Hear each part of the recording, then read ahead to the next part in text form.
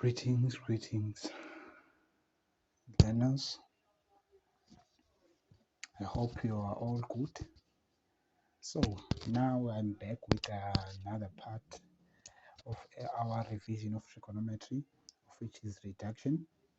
As I have mentioned in the last previous video, that we are going to do a reduction on trigonometry. Reductions are very easy. Let's check. Let's do a little revision on reduction. So what we must know in revision, what do you expect, what is expected from you in reduction?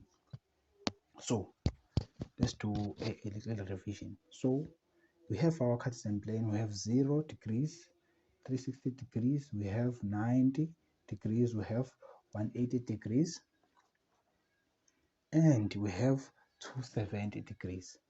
So what do we know about Cartesian plane? In quadrant 1, all trig ratios are positive. I know that.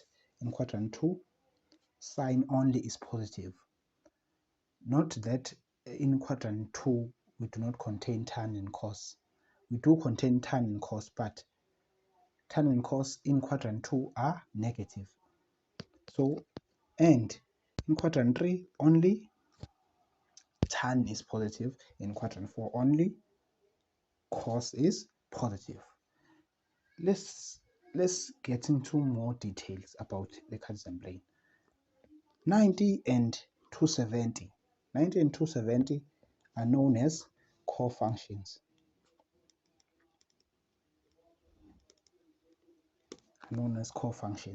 Which means there is an effect that 90 brings in sine and cos.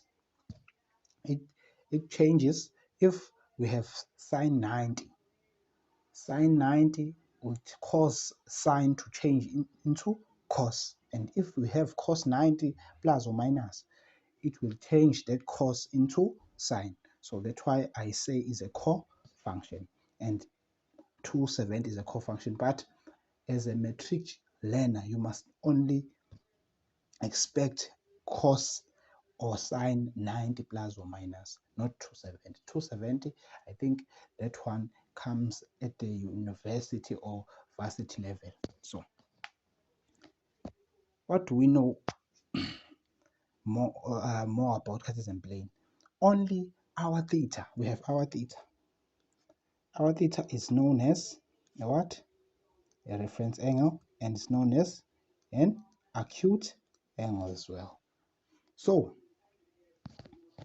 and remember, our theta is negative only in one quadrant. Which quadrant? Quadrant 4. So it's very easy. We now remember all about the Cartesian plane. What else do we remember? We remember that. Remember the clock. We have a clock. A clock, when it goes clockwise. When it goes clockwise, it's in this direction. As we may say, that is clockwise. Anti-clockwise is in this direction, we may say. So what do I know? When it goes anti-clockwise, I'm starting from here, from x-axis. So what do I know about between 90 and 0 here? My 90 in this quadrant will be 90. What?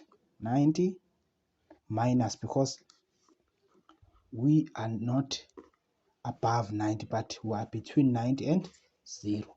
Do you see that? So that's why it will be 90 minus. But in quadrant 2, now we are above what? 90. So that's why it will be 90 plus theta. So what do we know else? What trig function do we remember? Not 90, but now let's use 180. 180 is 180 minus, because we are not above 180 yet, but it is minus, it is less than 180, minus theta. So now in quadrant 4, we are above.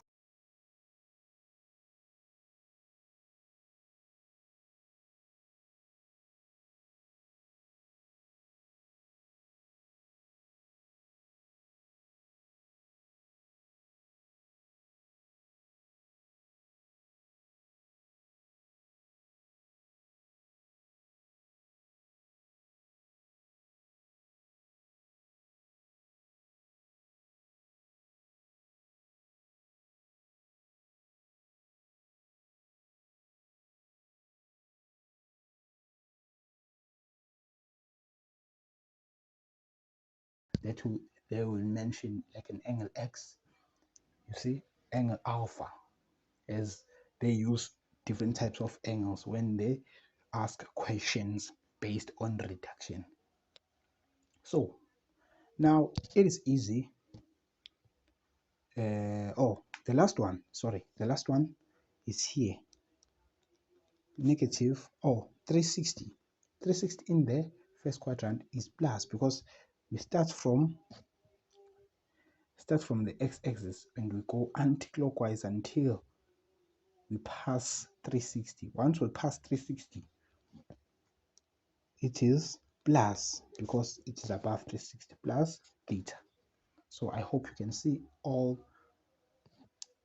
of that, all that I have mentioned, and we checked as we go anti-clockwise. We started from the x-axis from the left hand side, and we round that Cartesian plane once going anti-clockwise. So remember, now I think we can tackle some questions. If you didn't understand what I was trying to say here, I think you will understand when we deal with some questions. Okay, let's firstly attempt some questions on how can you be asked in reduction. So example 1, not even examples, say examples or questions. It's not example 1. Determine, they can ask you, determine the values of the following expression without the use of the calculator. Remember, you must use your calculator when it's necessary, but here is very short and easy and simple. Let's do those questions. A says sine 180 plus. You must firstly identify which quadrant 180 plus. You see, when answering this question, they say sine 180 plus x. Which quadrant is sine has 180 plus? 180 plus, which means it's greater than 180. In which quadrant? We mentioned in the third quadrant, 180 plus. It is greater than 180. So is sine positive in the third quadrant? No, only tan is positive. So you firstly put that negative sign over there to identify that you have saw that, or you have saw the correct quadrant in the Cartesian plane. So negative, and 180 does not have an effect on changing sine and cos. Remember, only 90 degrees. So it will be negative sine what? Sine x. That is your answer. Simple and straightforward. Let's continue doing example B.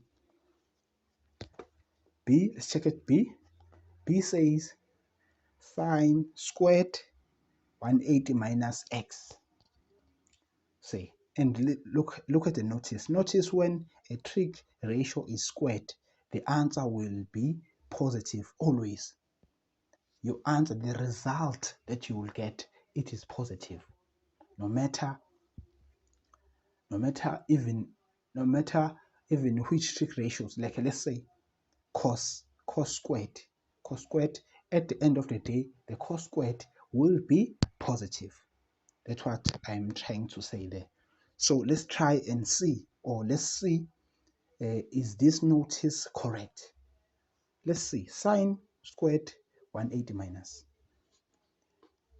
we'll open a very simple thing to do here. I know squared that it is all of this is squared, so we'll just put a bracket there and say sine into 180 minus x. This is all what? Squared. That's what I'm trying to say there. So then now let's remember 180 minus 180 minus, it is above 180. No, it is less than 180. Which quadrant is less than 180? Is 180 minus is the second quadrant. Is the second quadrant.